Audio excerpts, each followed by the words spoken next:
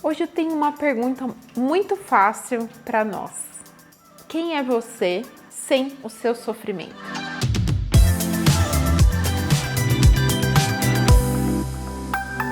Olha, gente, essa é daquelas que a gente pode ficar bugado, né? Por bastante tempo para conseguir responder.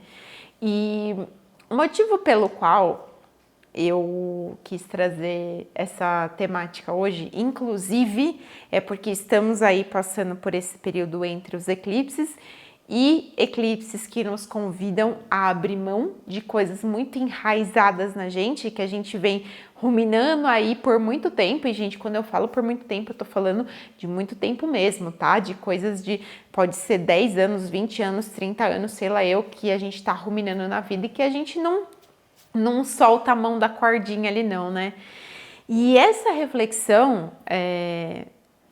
eu peço aqui para quem esse vídeo chegar, que você se abra, no mínimo, para você se permitir escutar isso. E antes de que você dê uma resposta muito impulsiva ou muito dono da verdade, que você, no mínimo, deixe isso ficar cozinhando aí dentro de você para ver o que vai emergir a partir disso. E por que eu perguntei, né? Quem é você sem o seu sofrimento? Pode parecer que não, e todo mundo aí vai falar uma lista infinita de coisas que você quer mudar, que tá difícil na sua vida e você não aguenta mais. Ah, o relacionamento que você quer sair, o trabalho que tá ruim, ou não sei o que não tá mais dando certo, a mãe que é chata, a casa que precisa isso, o dinheiro que não tá entrando. E aí, você está reclamando de tudo isso e de repente se eu te perguntar quanto tempo você está reclamando ou você está falando quanto isso é ruim, quanto isso é seu sofrimento, de repente você vai me contar aí há uns belos anos, né? Já faz aí um tanto de tempo.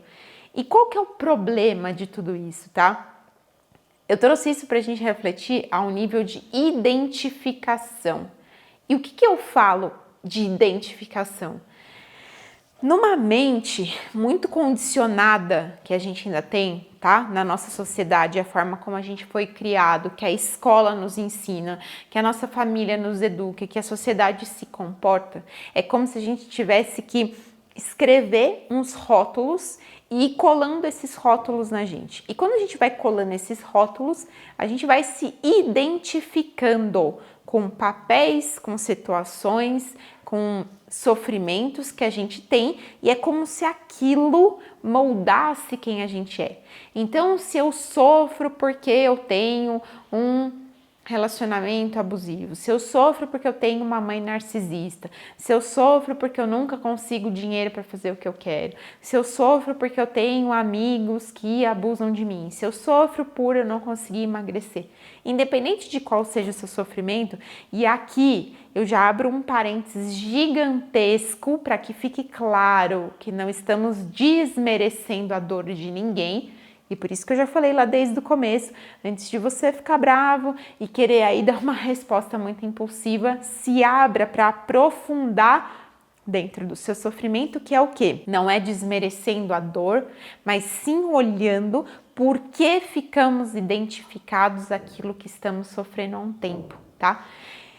Fecha parênteses, exatamente quando a gente se identifica aquilo, parece que aquilo é o que somos. Essa é uma artimanha mental, né? Esse é um lugar em que quanto mais sofrimento temos, mais nos afastamos da nossa essência. Pode parecer talvez complexo o que eu tô falando aqui, mas se a gente parar um pouquinho para pensar, vocês vão ver onde eu tô querendo chegar. Que é esse lugar do quê? Se eu tô ali acostumado a dizer que eu sofro porque minha mãe é narcisista e as pessoas me reconhecem por isso e me dão atenção por isso e eu sou vítima disso e eu recebo, sei lá, carinho, atenção, acolhimento, parece então que eu me identifico com aquele problema e eu me torno aquele problema. Qual que é um grande motivo das pessoas muitas vezes, né, não fazerem mudanças necessárias? É porque elas estão tão identificadas ao sofrimento que se elas deixarem aquele sofrimento de lado, se elas abandonarem aquele sofrimento, elas realmente podem se questionar, mas espera aí, agora? O que ficou? Será que me levaram um braço? Será que me levaram uma perna? Quem sou eu agora? Quando aquilo que eu achava que eu era não existe mais. Ou seja, o maior problema, né, onde eu quero chegar, o maior problema da gente ficar alimentando os nossos sofrimentos é esse lugar em que a gente se identifica e em algum momento a gente acaba por acreditar que somos aquilo. Então, o maior problema não é o sofrimento em si. Essa que é a chave mestra para a gente entender, mas é sim a identificação que a gente faz com aquilo. E aí eu acredito que aqui a gente chega de novo naquela frasezinha bem batida e bem comum, que é: a dor é inevitável e o sofrimento é opcional. Por quê? Porque aí talvez é onde vocês vão ter a compreensão máxima de que você vai sentir a dor de ter uma mãe narcisista, ou de ter passado, ou estar vivendo um relacionamento tóxico, ou ter um chefe que te trata mal, ou amigos que, enfim, te desmerecem, te desrespeitam, ou por uma falta momentânea de dinheiro na vida. E é claro, isso vai causar dor em algum nível, porém, a diferença é você reconhecer aquela dor, saber que ela é passageira e não se identificar com ela. Aqui é o mesmo raciocínio que a gente tem quando a gente está ali no budismo, falando da mente como algo que tem que ser passageira e a gente como observador, porque a gente se identificar, se a gente se identifica com os nossos pensamentos, a gente acredita que a gente é os nossos pensamentos. Aqui é a mesma coisa. Nossa, eu nem tinha pensado nisso para falar aqui, mas é a mesma coisa. Quando eu tô falando que eu não sou o que eu penso e o que o pensamento me atravessa, é o mesmo que eu quero dizer com o sofrimento. Eu não sou o sofrimento. O sofrimento é algo que me atravessa. E aí a grande diferença é o que eu vou fazer com isso. Porque aí é onde eu vou falar, tá? É muito duro e para mim é isso que é o motivo pelo qual muitas pessoas ainda estão na situação que estão, passando pela situação desafiadora que elas estão. Por quê? É mais fácil eu estar ali num lugar vitimista, apontando o dedo para fora, falando que o meu sofrimento é porque a minha família não me aceita, é porque minha família é diferente, é porque o chefe me trata mal, é porque a empresa tem um pensamento conservador. Então eu tô nesse lugar aqui, eu fico identificada com esse lugar e eu não escolho abrir mão e soltar, porque se eu soltar, quem eu vou ser? Será que se eu soltar, eu vou continuar recebendo a atenção das pessoas? Eu vou ter pelo que reclamar? Eu vou ter pelo que me vitimizar? Eu vou ter pelo que colocar a justificativa no meu fracasso, na minha dor, no meu não sucesso? E aí é um ponto doído, entendeu? Porque aí a gente vai chegar num lugar chamado autorresponsabilidade. E aí eu vou me dar conta que muitas vezes, ou talvez todas as vezes, eu estou exatamente no lugar de sofrimento porque eu não estou escolhendo me desidentificar. Porque quem será que serei? Quem será que serei sem o meu fracasso? Quem será que eu sou sem o meu não sucesso? Quem será que eu sou sem a minha falta de dinheiro? Quem será que eu sou sem o meu sofrimento, sem a minha angústia, sem a minha reclamação? Aí que eu acho que a gente começa a chegar num lugar legal, porque quem tiver a coragem de ser sincero consigo mesmo vai perceber que é isso. Talvez muito de você não está avançando na sua vida, ou de não estar num lugar que você sonha em estar, enfim, conquistando aquilo que você deseja, é porque você tem medo de soltar tudo isso que te aprisiona aos seus sofrimentos e que se você soltar de tudo isso, você não vai mais saber quem você é. E aí eu acho que essa é talvez uma grande questão existencial da vida, desse lugar da gente se perceber somente como uma consciência que está transitando um veículo chamado corpo, mas que a gente não é absolutamente nada disso.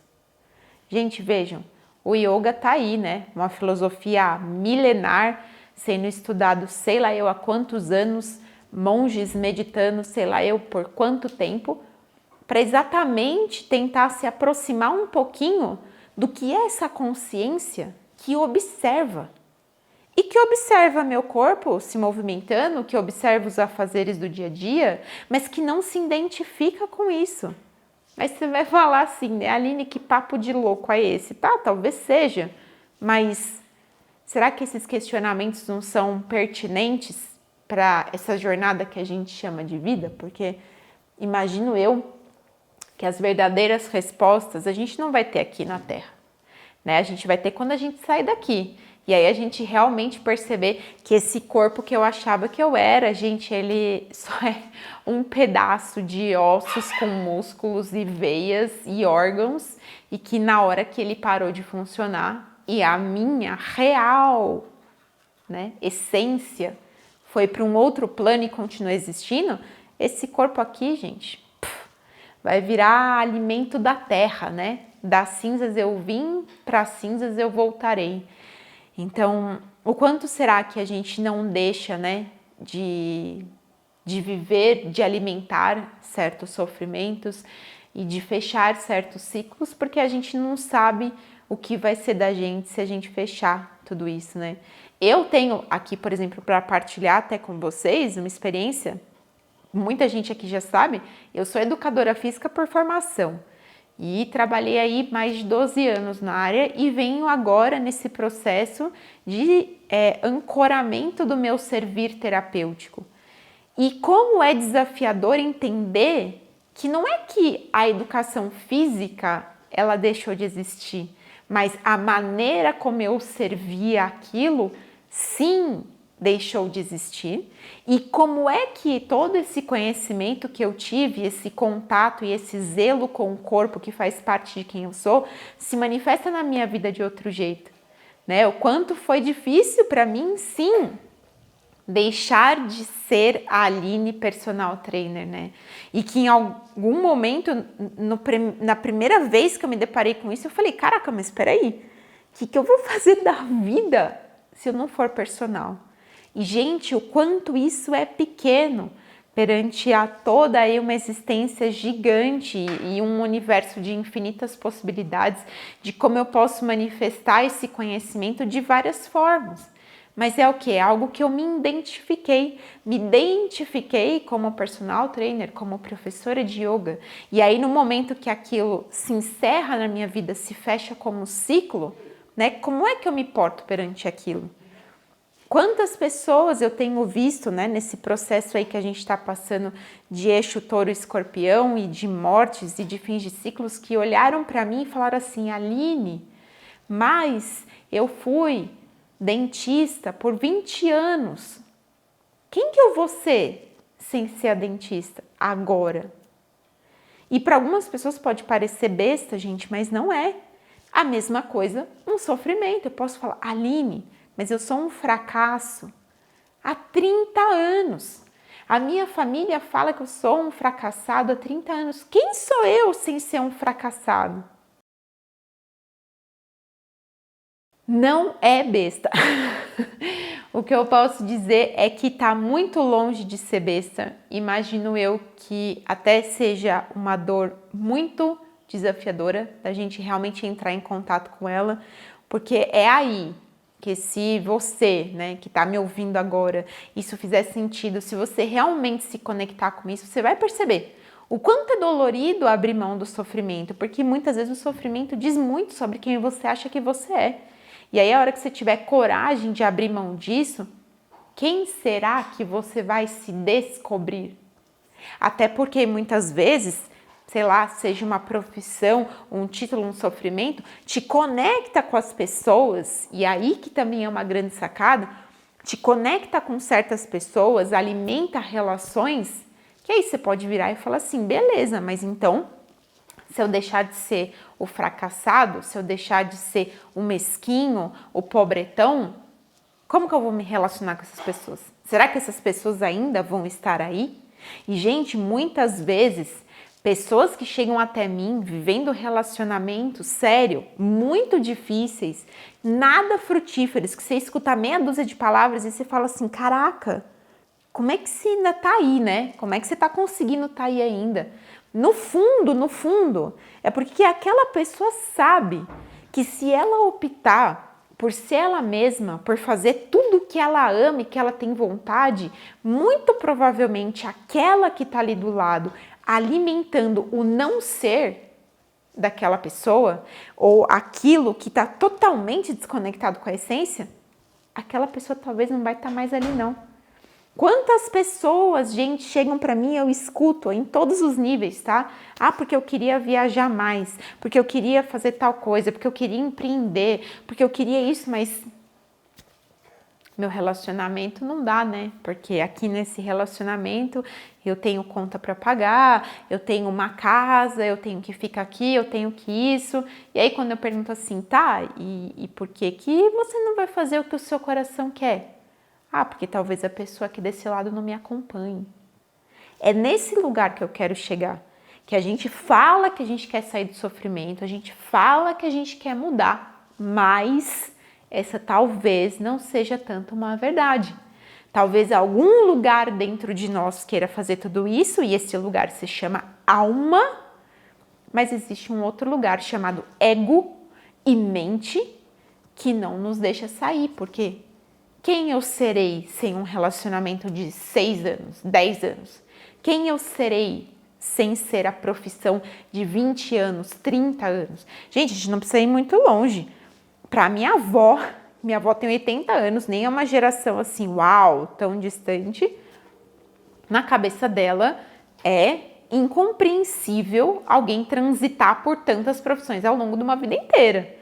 Porque na geração dela, ela entrava lá numa fábrica com 15 anos e ela só ia sair dessa fábrica, sei lá, com 60, né?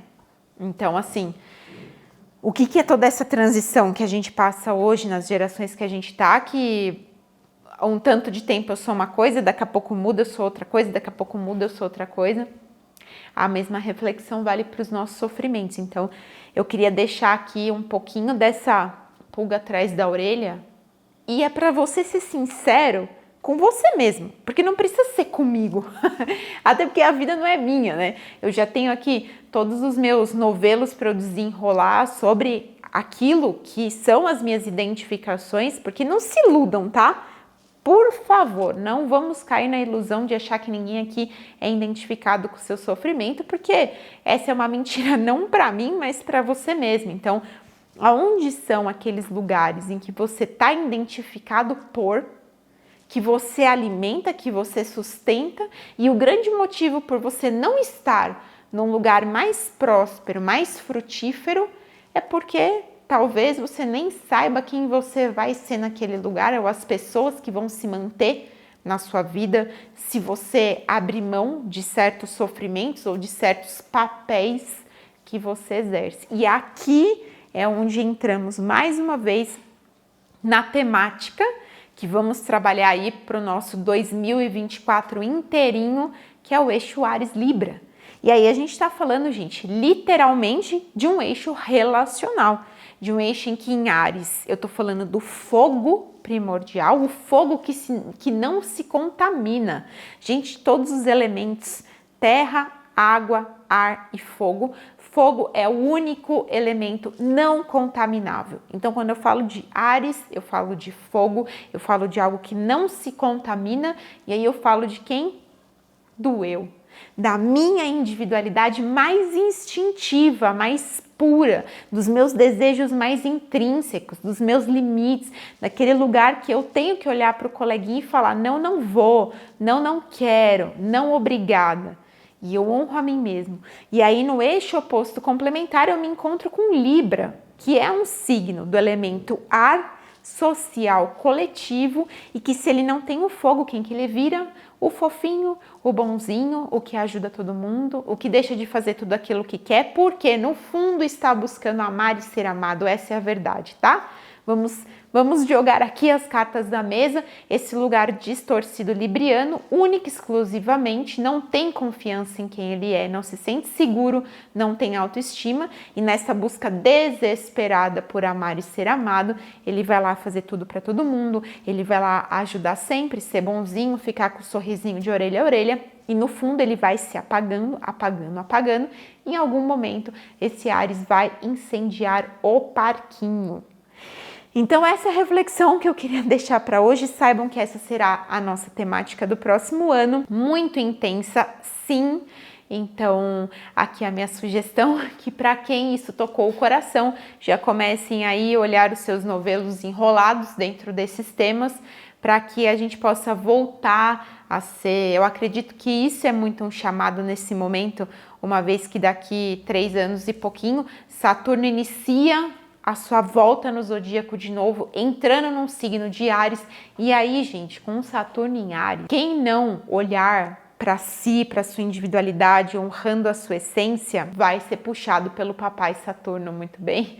E aqui, claro, tá? Eu quero que fiquem atentos para o lugar de individualidade e eu em essência e egoísmo, tá? Egoístas já somos, já temos essa distorção na nossa sociedade, né?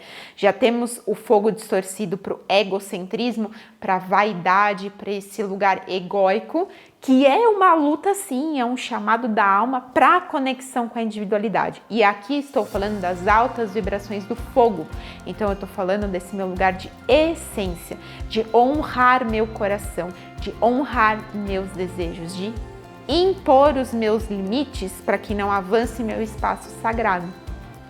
Aproveitem a temporada, a energia que está disponível para todos nós. Confiem e não confiem, não é nas minhas palavras não, mas confiem no seu coração. Ele é sua bússola interna que está sempre dizendo qual o seu norte. Basta que você escute seu coração e não os ruídos que estão no mundo lá de fora.